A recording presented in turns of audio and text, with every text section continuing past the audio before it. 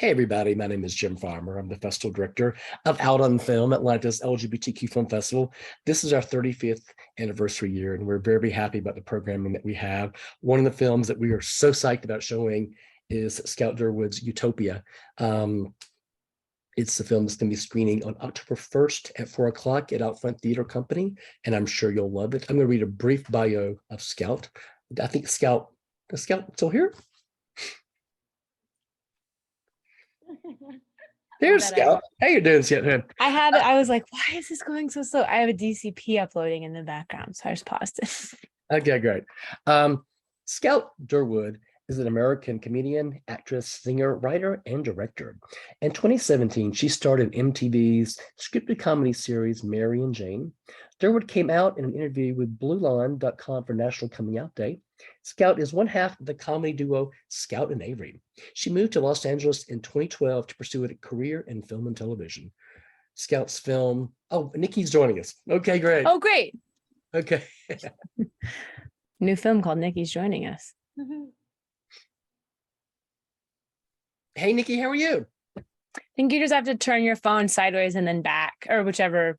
You just rotate it. Yay! Thanks so much for joining us. You're good.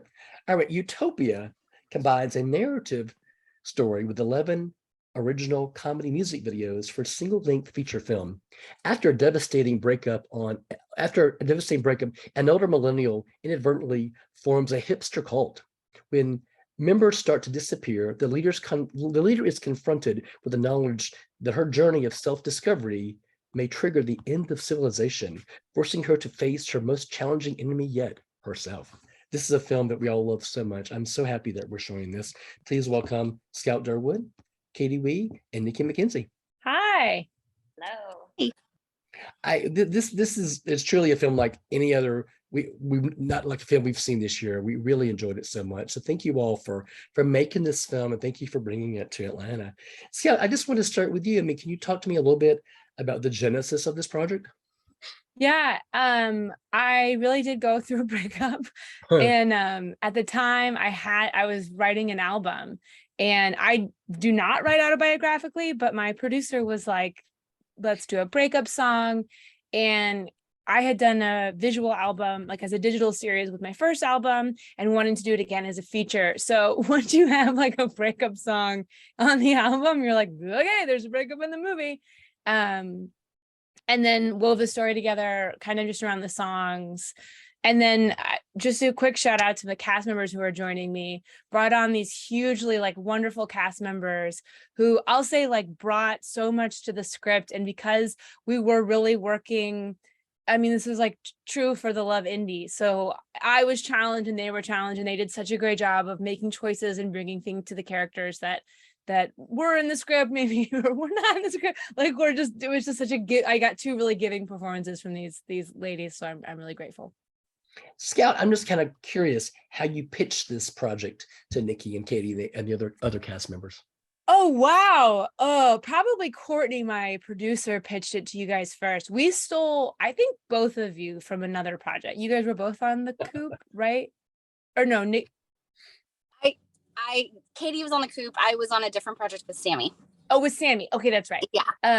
So we just kind of borrowed from the community, and I think we sent them the script and just kind of said, I'll say, and then I want to hear their like reactions to it, but we've been so shocked at the reception of Youtopia because it is so squirrely, it's so indie, and it's music. So I don't know. I mean, I'm so curious what you guys thought when it came your way. I loved it. I felt like it was like a psychedelic dream that I'd been working through in my life, like slowly over a long time. This feeling of malaise of just like, I feel like I should care about something. What should I care about? Wouldn't it feel good to focus all of my frustration, sadness, anger on something? Could it be, channeled somehow? And there's so much noise out there. There's almost this dream of thinking about what if everyone thought about things the way I thought about things. How wonderful would that be? Wouldn't that be such a relief? And then to see that out pictured in the movie what would it be like if you lived in a world where everyone thought like you thought? Is it really as sweet as you think? That was such an interesting conversation to explore for me, and part of what made me want to be a part of this, other than the fact that I just couldn't stop laughing reading the script. Honestly, I loved the script. I was a big fan of Scout before I even met her. She was on a show called Mary Jane, which was very funny, that I loved. And I want to do, female driven content, especially with like strong, funny female characters. And this script was perfect for that. I mean, it was filled with like these delicious, funny female roles. And I leaped at the chance to do it. Cause I was like, all I want to do is work with awesome people. And I already knew, because I knew Sammy and I knew Courtney, that this film was going to be awesome. A quick shout out to filmmaker community. We borrowed, Sammy and Courtney and I have borrowed each other's cast and crew so many times, and it's always been a great experience. Oh, that's great. Scout, can you just tell me a little bit about the main character's journey? I mean, after the breakup, your character basically declares herself a sovereign nation. Just talk a little bit about Scout's journey. I know for me, when I went to, the bit about being like not believing in marriage but being proposed to was real. I was engaged, and I like very publicly don't believe in marriage. So when that fell apart, I was like, what else did I do that I don't totally believe in? And I live like I live in a tiny home. Like, that's my bed. Oh no. It's always a struggle to get light here, but I have light. I know. I would move. So I think for me, it was just like, what if I didn't try? Like, what if I just got my way? So all the little things in my head, like not chewing gum because it's not biodegradable. I don't know. I think just making light of it and letting it exist without commentary was exciting and fun. I would live in Scoutopia, but obviously. So Katie and Nikki, can you talk about your characters and how they, interact and interweave in the story? Yeah. I loved playing my character. She basically is somebody who wants to do right. I can relate to this character, wants to do a good job, wants to do like ace the test, but just doesn't know what the test is anymore. It was almost easier for her when there was school, when there were rubrics.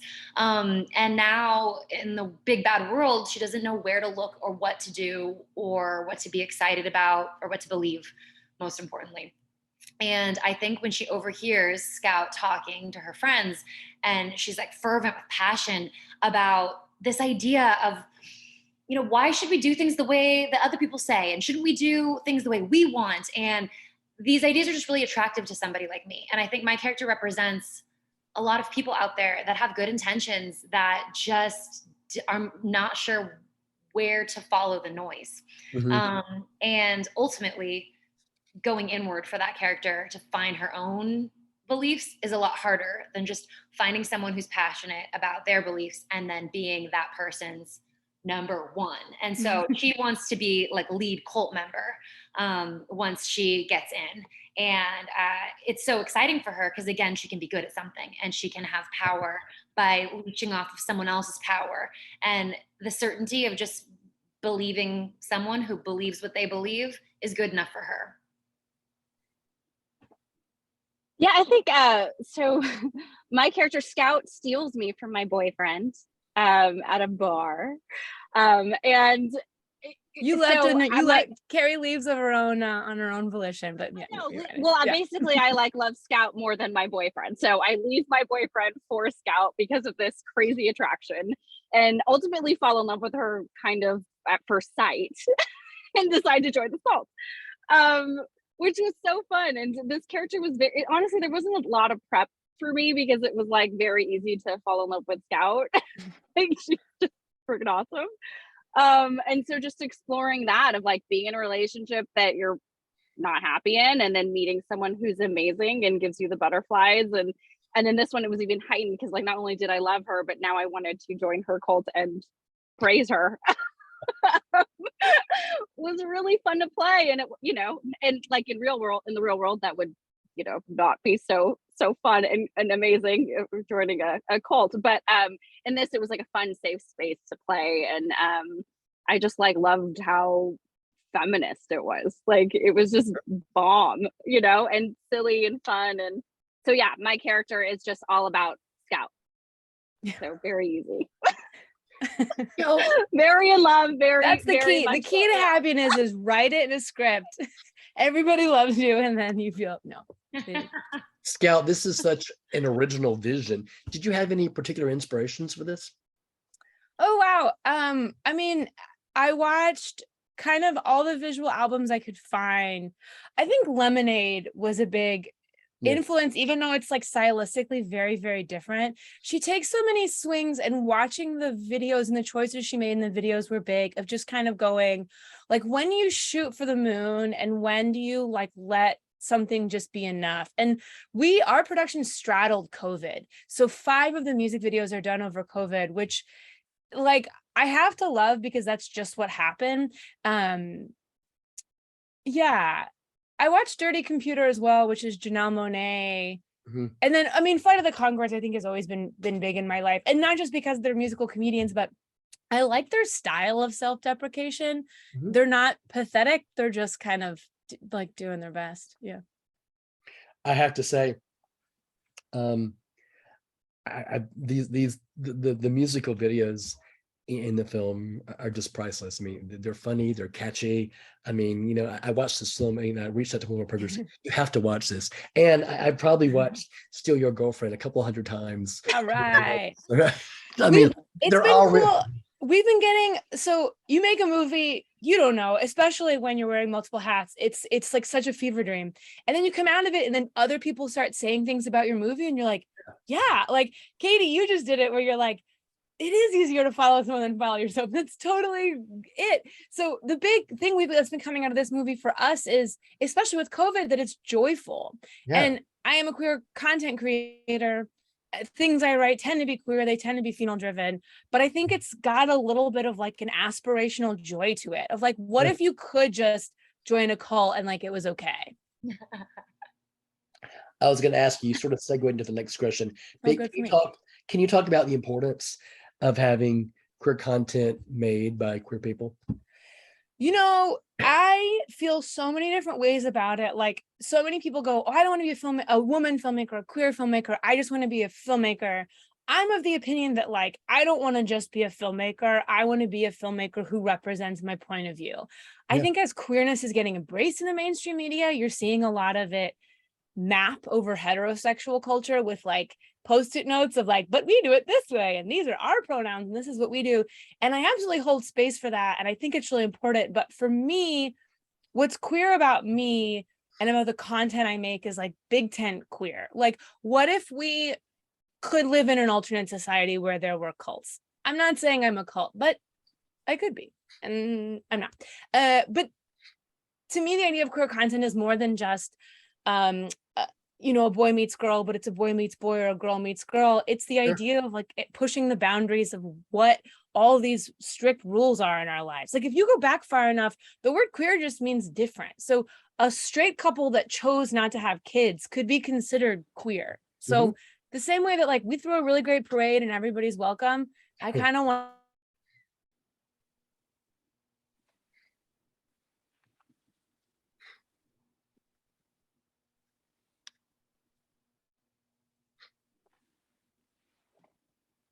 I think we lost Scout. Okay. I wasn't sure if I froze or no. I think we lost Scout for a moment.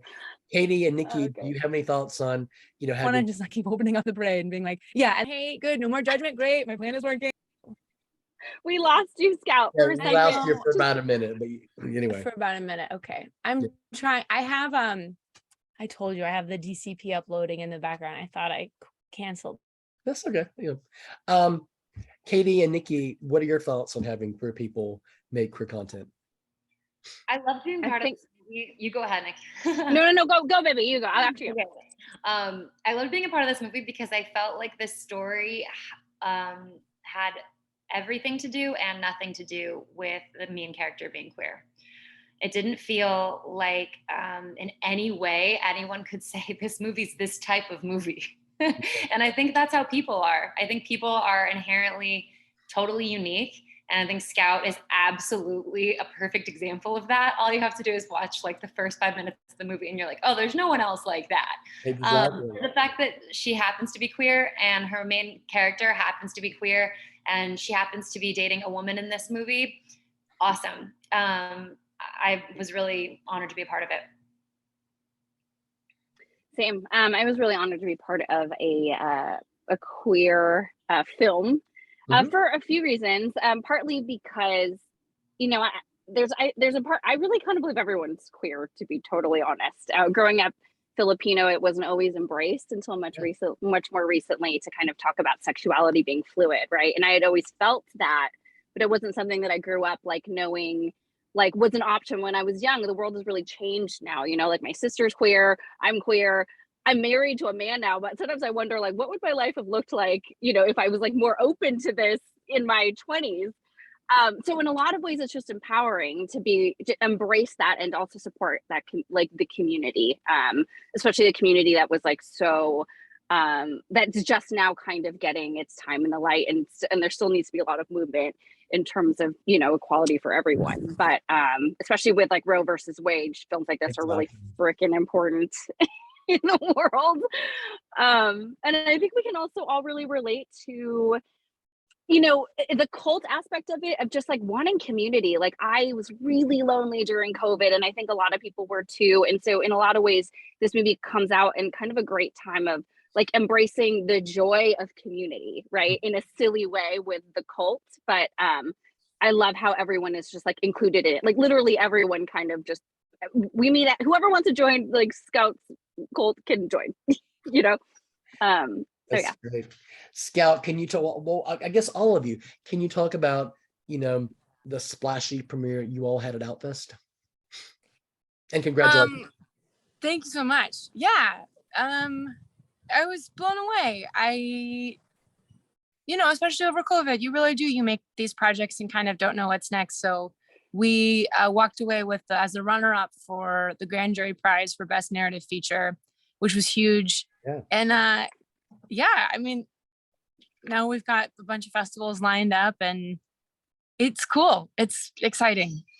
That's great. That's great. Yeah. So what's next for all of you, and beyond what's next for you individually, what's next up for the film? Well, the film, so next month we have Out on Film, and then we're going to Seattle Queer, and we're a centerpiece at Seattle, and we're a centerpiece in Tampa Bay. Okay. And then Melbourne in November. Nice. And then we don't know. We have like there, you know, people have reached out. I don't know how we want to distribute it. We're touring it a little bit with a live performance of some of the music, so that'll be fun. And then I have a half-hour scripted comedy in development, and like working on more features. That's kind of my life. Okay, Yeah. Great. Katie and Nikki? We're just smiling. You go, I go. You go, I go. You go, I go. Oh, I miss you guys. I'll go because I've been going first every time because I'm little like that. I'm actually taking an interesting little foray into public speaking. Not something I saw coming, but very much like Scout's character in Scoutopia. Been getting some opportunities, requests from different organizations that support survivors. And I will be speaking September 28th for National Crime Victim Law Institute's fundraiser. So that's a little bit of something I'm doing right now and feel really passionate about. And it's really fun to be able to dip back into all the acting and stuff too, and have all those different light and heavy sides active at the same time. Great. I am very excited. I just booked my first lead in a rom-com. So I'm actually calling you in from Kelowna, Canada. And yeah, I'm super excited. We start filming tomorrow, and that's why I'm taking this call in the car right now. But yeah, I'm thrilled. Like I didn't, honestly, I got the audition and thought they're probably going to cast a white girl, and then I got the part and I was like, holy moly, this is so cool. And they've now changed the character to be Filipino, and yeah, it's really cool to start making like just like Utopia, right? Like kind of groundbreaking content in terms of like representation and diversity and kind of uplifting, diverse voices. So yeah, so look out for that. I'll give you guys more information when I find out where we're going. That is great. I am so happy for all three of you. Utopia screens at Out on Film October 1st at 4 o'clock at Outfront Theater, and then is followed by a brief streaming window as well. I cannot wait to share this film with our audiences. I think you're all gonna love it so much. And as an extra bonus, Scout will actually be here at the screening. So Scout, we're happy that you're finally gonna come to Atlanta. I know, I'm excited. I'm not coming back to LA. I think I'm done with it. After this heat wave, I was like, we can take Atlanta now. Let's do it. So many people that I know, used to live in LA, they move to Atlanta and they never leave. So anyway, we look forward to having you here, trying to keep you here so as well. So anyway, thank you so much. Thank you all so much. Utopia is a film. Thank you all for sharing the film with us. Thank you. Thanks so much. Thank you so much.